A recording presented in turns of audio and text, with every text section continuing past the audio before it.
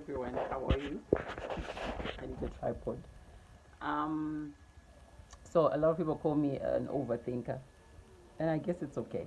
I think we need to have overthinkers. But one of the things that I've been thinking about, honestly, of late is how um, my generation kind of looks like we are not on fire for God, and I think it's not true to some extent. But at the same time, I think there's not been a platform that has been raised for my generation to be speaking about the Word of God or to be expressing themselves. Listen, the truth does not change, the heart does not change, but some things change. So lingo change, dressing changes. I'm not saying that people should be revealing in the way they dress, but what I'm saying is it changes. And I guess there's not been an embracing from the past generation to the millennials, and then we might even have a shocker. I learned recently that the next generation is called centennials or something like that. um, but I've been studying in my word and seeing how God is a generational God. Things change over time. His word doesn't change, the message doesn't change. Jesus used to walk, we don't walk now, we fly, we're in cars and things like that, and we can reach further and do much more. What am I saying? I'm saying maybe, just maybe, I think it's more impactful.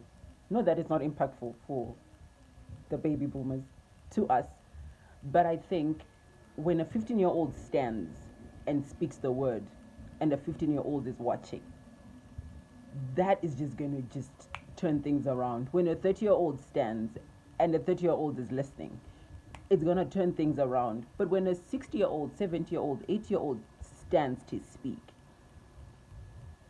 usually what happens is, I've seen this with me, is I'm going to be like, they don't understand. They don't know what we're talking. They don't know what we're going through. They don't even get it. They don't understand it. And yet you do. But the delivery and maybe your standing point, for me, I cannot relate. And I think that's something that the church has failed to understand, that they are still relevant in giving advice. They're still relevant in giving direction and in showing us how to search the scriptures and everything. But they are also responsible for paving the way for our generation to speak the word of God and to be as radical as we can be and to be as radical as we want to be for this truth. Because it is a truth that we want to live in. It is a truth. Like for me, the cry of my heart right now, I read the Catherine Kuhlmans. I listen to I read the John G. Lakes. I listen to all those guys. And I'm crying out for my generation. I'm like, Lord, in my generation, with our funny English and our funny accents and our torn jeans, Father, in our generation, may we hear you. There's not a day that I heard. Even when the woman who was caught in adultery, I can just imagine how she was dressed. Even the prostitute, Jesus didn't say, go and cover yourself up first and then come and touch my feet. That was the least of his concerns. His concern was, she has found me. She's weeping and crying. It is dressing, and all these are the things that the list of our worries. And yet we want to tackle the very, very menial things. And I'm just crying out for my generation, and maybe silently, maybe now it's loudly, making an appeal for a platform for more of my generation, for more of the millennials to be allowed to express Jesus and to express our love for him, because we do love him. I love him. I know I do. But I know that, I've had people call me on the side and say, but your genes, girl. And I'm like, what? This is the least of your worries. You should be happy and rejoicing that I'm in the church, and I'm in church in the first place. And I think right now we are not a confused generation, but we are so dimmed. Our light is so dimmed and our voices are so muted that we look like we do not love Jesus. We look like we do not pray. We look like we do not fast. We look like we don't have issues.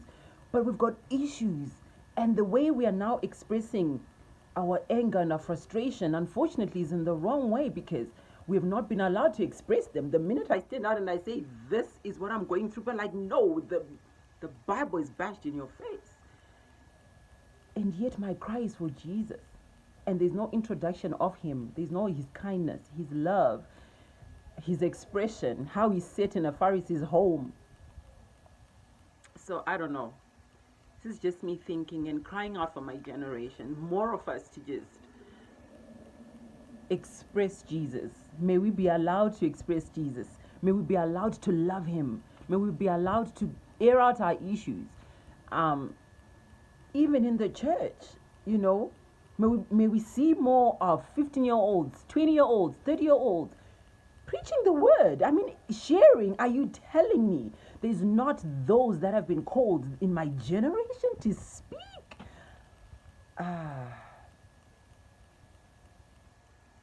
Anyway, this is me. This is what lockdown has done to your girl. This is what lockdown has done to me.